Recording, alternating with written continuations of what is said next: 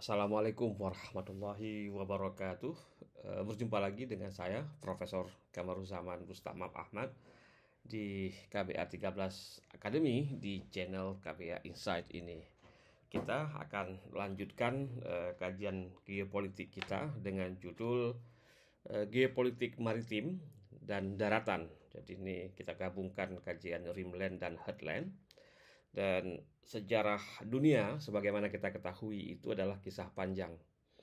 Pertarungan antara kekuatan laut dan kekuatan darat. Inggris itu membangun imperium globalnya melalui kendali maritim. Itu sampai ke Asia Tenggara. Nah, Rusia atau dulu disebut dengan Uni Soviet itu menegakkan identitas sebagai kekuatan di Eropa itu dengan menguasai daratan Eurasia. Nah, yang terakhir ini Amerika ini. Amerika itu muncul sebagai kekuatan hibrid.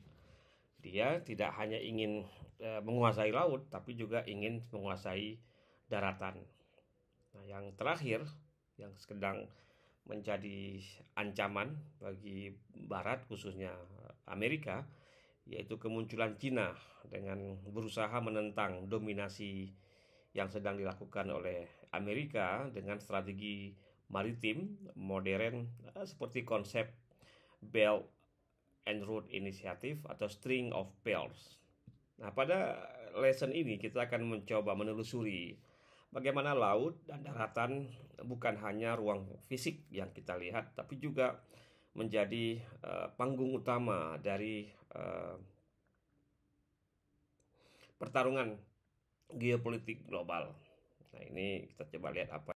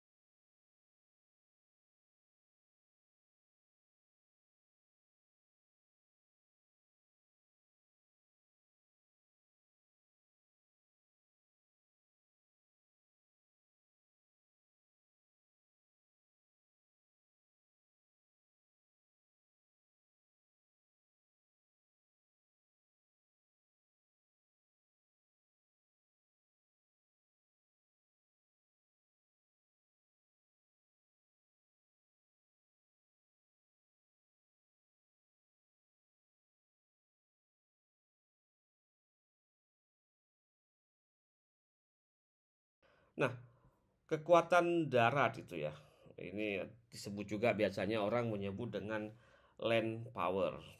Itu selalu menjadi fondasi bagi negara-negara kontinental besar. Jadi bagaimana mereka melakukan proses ekspansi sebagaimana tadi sudah saya sampaikan, dan kekuatan itu lahir dari luas wilayah.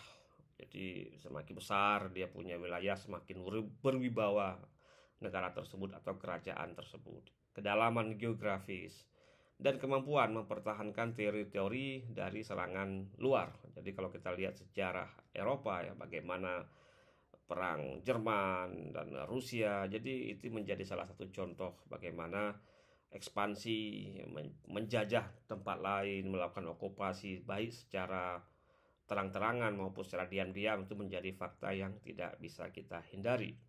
Nah, dalam konteks ini, Rusia menjadi salah satu contoh yang paling klasik ya, yang membentang dari Eropa Timur hingga Asia Pasifik. Dan Rusia ini memiliki kedalaman strategis yang membuatnya sulit ditaklukkan. Napoleon itu pada abad berapa ya, pernah itu ingin membungkam atau menjatuhkan Rusia. Juga Hitler ya pernah juga, karena luasnya daratan dan bagaimana kekuatan iklim pada kawasan Rusia, ya akhirnya usaha-usaha yang mereka lakukan tuh tidak berhasil. Kemudian ada juga yang kita lihat misalnya dalam sejarah itu Mongol di bawah kepemimpinan Genghis Khan. Dengan mobilitas kavaleri darat, mereka mampu menguasai hampir seluruh Eurasia. Jadi ini sebuah memori sejarah bagaimana Genghis Khan menjadi salah seorang yang paling ditakuti, disegani pada waktu itu. Logika land power adalah kontrol teritorial dan sumber daya. Jadi dia menguasai daerah, kemudian mengambil atau menyedot apapun yang ada dalam bumi yang dikuasai tersebut sebagai sumber daya yang kemudian memperkaya daerah yang menguasai tersebut, bukan yang dikuasai. Dengan menguasai daratan, konon sebuah negara mampu menguasai pangan. Jadi dia bisa kuasai tentukan harga sendiri, energi dan mineral, yang semuanya menjadi fondasi kekuatan militer. Jadi semakin dia mampu membuat ketahanan pangan, ketahanan energi dan mineral, maka dia akan berefek secara langsung pada kekuatan militer dan tentu saja pada kekuatan ekonomi. Jadi kalau Anda lihat hari ini ada negara, misalnya negara A, negara B selalu ribut recokin negara lain, itu sebenarnya hanya ingin memperkuat dua hal, militer dan ekonomi, meskipun dia menggunakan berbagai istilah untuk meyakinkan targetnya mampu dan mau bernegosiasi dengan negara yang hendak melakukan proses okupasi. Nah, kekuatan darat itu cenderung terbatas pada wilayah kontinental, karena itu perlu kekuatan laut. Jadi setelah menguasai darat, dia juga perlu menguasai laut, karena bisa meluas ke kawasan lain. Jadi kalau dia menguasai laut, tentu saja yang di seberang laut itu akan menjadikan dalam posisi yang threat atau terancam. Inilah yang membuat kekuatan darat selalu berhadapan dengan tantangan dari kekuatan maritim. Jadi dua ini selalu bergejolak dalam rangka clash atau crash antara land power dan sea power. Nah, berikutnya, kekuatan laut atau sea power adalah fondasi kejayaan imperium global sepanjang sejarah. Siapa yang bisa menguasai lautan, maka dia akan menguasai, seperti yang tadi kami sampaikan, bahwasanya dia akan menguasai jalur perdagangan dan ujungnya itu akan mampu menguasai dunia. Contoh tadi yang kami berikan adalah Inggris ya. Sebagai pulau kecil di Eropa Barat, Inggris tidak hanya memiliki daratan luas seperti Rusia, namun dengan armada lautnya Inggris berhasil membangun imperium global yang membentang dari Asia, Afrika, dan Amerika. Armada laut menjadi instrumen dalam menguasai jalur perdagangan, melindungi koloni, dan sekaligus memproyeksikan kekuasaan di seluruh dunia. Konsep ini diperkuat oleh siapa tokohnya ini? Alfred Thayer Mahan, tokoh strategis Amerika yang menekankan bahwa kekuatan maritim adalah kunci dominasi global.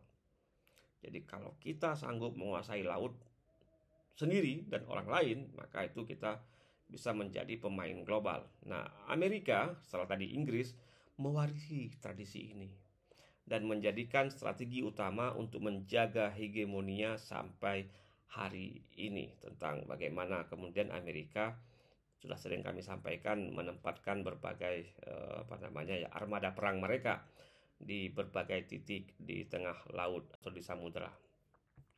Nah, kita lanjutkan dengan Amerika. Ini dia menggunakan dua kekuatan hybrid, yaitu menguasai daratan sekaligus lautan. Sebagai negara benua, Amerika Serikat memiliki daratan yang sangat luas, kaya sumber daya, serta kedalaman strategis. Jadi kalau kita lihat peta Amerika itu memang sangat besar, dan peta itu kemudian menjadi bukan hanya sebagai benua, tapi juga sebagai negara. Di sampingnya itu ada Meksiko dan Kanada. Sekarang lagi ribut sama Kanada, apakah sudah damai apa tidak, saya belum cek lagi.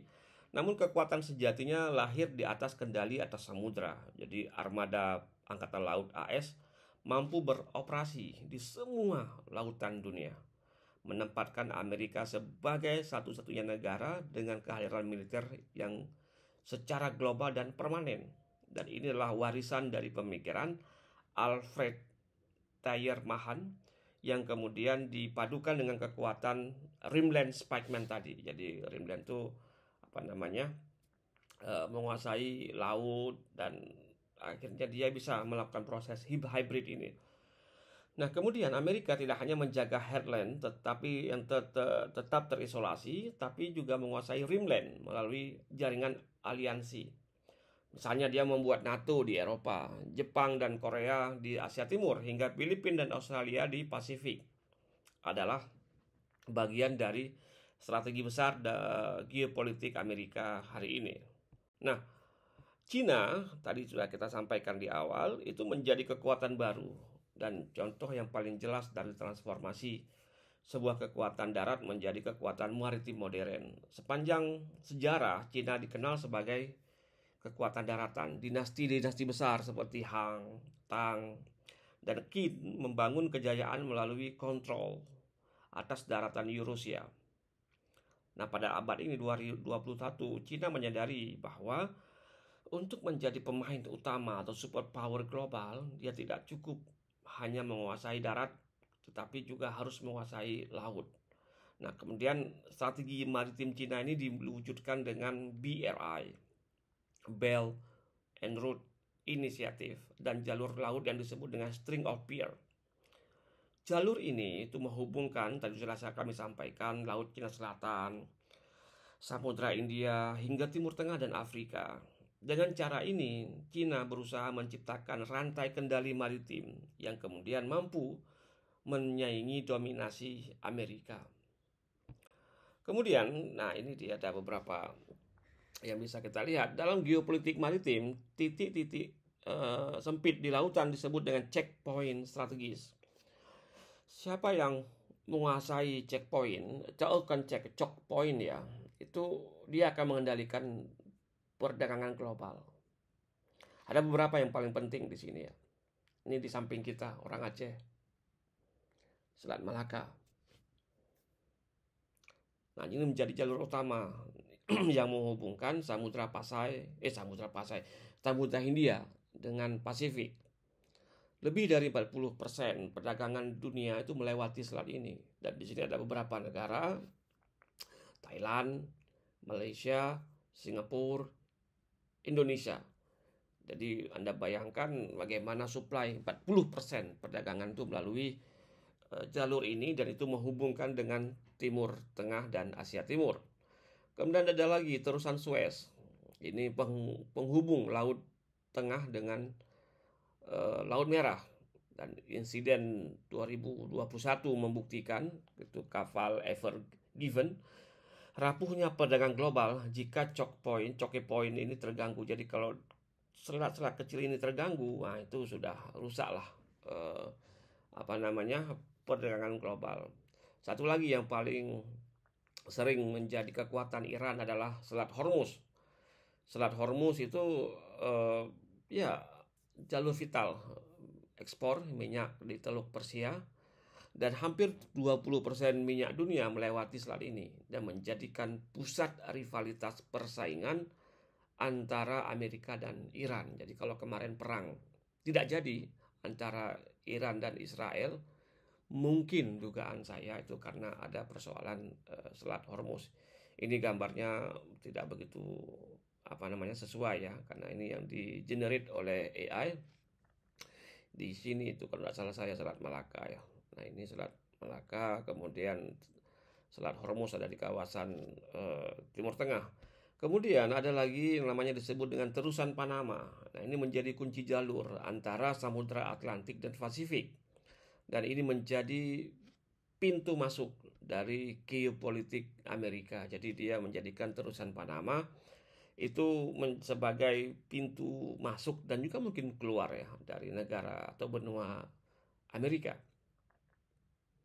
Nah, choke point atau yang tadi kecil-kecil ini itu menjadi, katanya itu dalam kajian geopolitik, menjadi urat nadi dunia. Jika salah satu saja selat ini terblokir, maka rantai pasok global khususnya dalam perdagangan itu akan terguncang. Jadi ini beberapa Panama, Hormuz, Malaka, misalnya tadi yang kami sebutkan di awal, Suez itu ya sangat dijaga supaya tetap stabil. Kalau dia terganggu atau fragile, maka itu akan terganggu pasok global. Nah, ini artinya apa yang ingin disampaikan dalam sesi ini? Laut itu bukan sesuatu tidak bermakna. Jadi sangat penting terutama dalam jalur perdagangan, di samping tadi sudah kita sampaikan masalah ketahanan atau kekuatan militer dan jalan raya. Jadi di highway, global highway yang menentukan stabilitas dan keseimbangan kuasa. Jadi balancing itu ya bagaimana orang, negara atau siapapun lah yang bisa menguasai beberapa selat ini. Kemudian, nah ini pertarungan antara laut dan darat itu tidak pernah berhenti, tapi terus berevolusi. Dulu itu pada era kuno itu Persia dan Yunani mewakili kekuatan yang berbeda. Persia itu sebagai kekuatan darat, Yunani sebagai kekuatan laut. Pertarungan mereka di Salamis itu menunjukkan bahwa laut itu menjadi penentu dari nasib imperium. Kemudian ya di awal-awal modern itu ya, Portugis, Spanyol, bahkan Belanda yang menjajah Nusantara itu ya tetap menggunakan laut sebagai kekuatan dari imperium global. Negara-negara ini menaklukkan dunia atau negara-negara yang menjadi target koloninya itu bukan dengan kirim pasukan darat, ya, tapi dengan kapal layar dan armada dagang. Kemudian di situ ada kepentingan militer untuk melakukan proses hegemoni.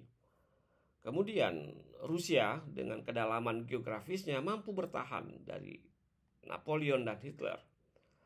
Artinya kekuatan darat juga menunjukkan bahwa kontrol atas wilayah darat dan sumber daya tetap itu menjadi pilar kekuasaan. Anda bisa bayangkan bahwasanya laut dan darat itu sama-sama penting.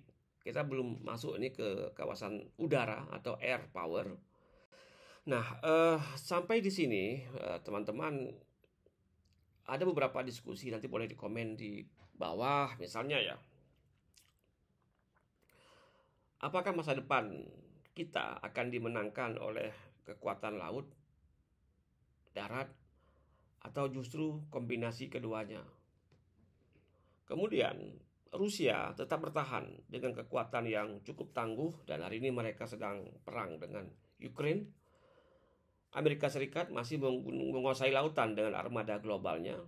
Cina kini berusaha menantang dengan kombinasi jalur darat, tadi sudah kita sampaikan, BRI, dan string of pearl. Nah, ini konteksnya Indonesia. Indonesia ini menarik, ini Indonesia ini. Dia ada di persimpangan antara Samudra Hindia dan Pasifik. Memiliki posisi yang unik. Apakah Indonesia akan menjadi penonton dalam pertarungan global ini atau menjadi pemain yang memanfaatkan posisi strategis Indonesia saat ini? Nah, silakan nanti teman-teman berdiskusi, memberikan komentar di bawah. Karena terus terang, teman-teman, sahabat, geopolitik itu bukan membicarakan negara yang kuat ya, tapi kita juga sebagai negara besar, Indonesia, harus mampu meletakkan kepentingan kedaulatan atau national interest dan national security and defense-nya dalam konteks membangun dan memahami kekuatan laut dan kekuatan darat. Apakah Indonesia mampu? Dan harus kita akui bahwasanya menjadi negara kepulauan yang paling besar di dunia. Demikian sahabat, pada sesi ini nanti kita akan diskusikan lebih lanjut, memberikan kedalaman tentang posisi laut dan darat. Nah, nanti kita akan coba kupas apa yang kita sebut dengan geopolitik perang dingin antara Amerika dan Uni Soviet. Demikian sahabat, terima kasih atas kesetiaan menunggu dan menanti dan menyimak lesson ini tentang geopolitik. Akhirnya, Assalamualaikum warahmatullahi wabarakatuh.